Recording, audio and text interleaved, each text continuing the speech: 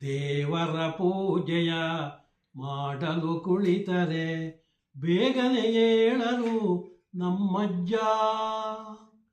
ಗಂಟೆಯ ಹೊಡೆಯುತ್ತ ಮಂತ್ರವ ಹೇಳುತ್ತಾ ಕುಳಿತೇ ಬಿಡುವರು ನಮ್ಮಜ್ಜ. ಅಜ್ಜಿಯ ಅಡುಗೆಯೋ ಮುಗಿದರೂ ಕೂಡ ಊಟಕ್ಕೆ ಬಾರರು ನಮ್ಮಜ್ಜ.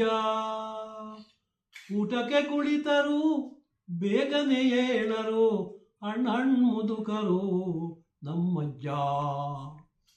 ತಿಂಗಳ ಕೊನೆಯಲ್ಲಿ ಪೆನ್ಷನ್ ತರಲು ಎಂದೂ ಮರೆಯರು ನಮ್ಮಜ್ಜ. ರಾಜರು ನೋಡಲು ದರ್ಬಾರ್ ಉಡುಪನು ತಪ್ಪದೆ ಧರಿಪರು ನಮ್ಮಜ್ಜ. ಮಕ್ಕಳ ಕಂಡರೆ ಹತ್ತಿರ ಕರೆದು ಮುದ್ದಾಡುವರು ನಮ್ಮಜ್ಜ. ಸತ್ಯವ ಧರ್ಮವ ಚಾಚೂ ತಪ್ಪದೆ ಪಾಲಿಸುತ್ತಿರುವ ನಮ್ಮಜ್ಜ. ದೇವರ ಪೂಜೆಯ ಮಾಡಲು ಕುಳಿತರೆ ಬೇಗನೆ ಏಳರು ನಮ್ಮಜ್ಜ.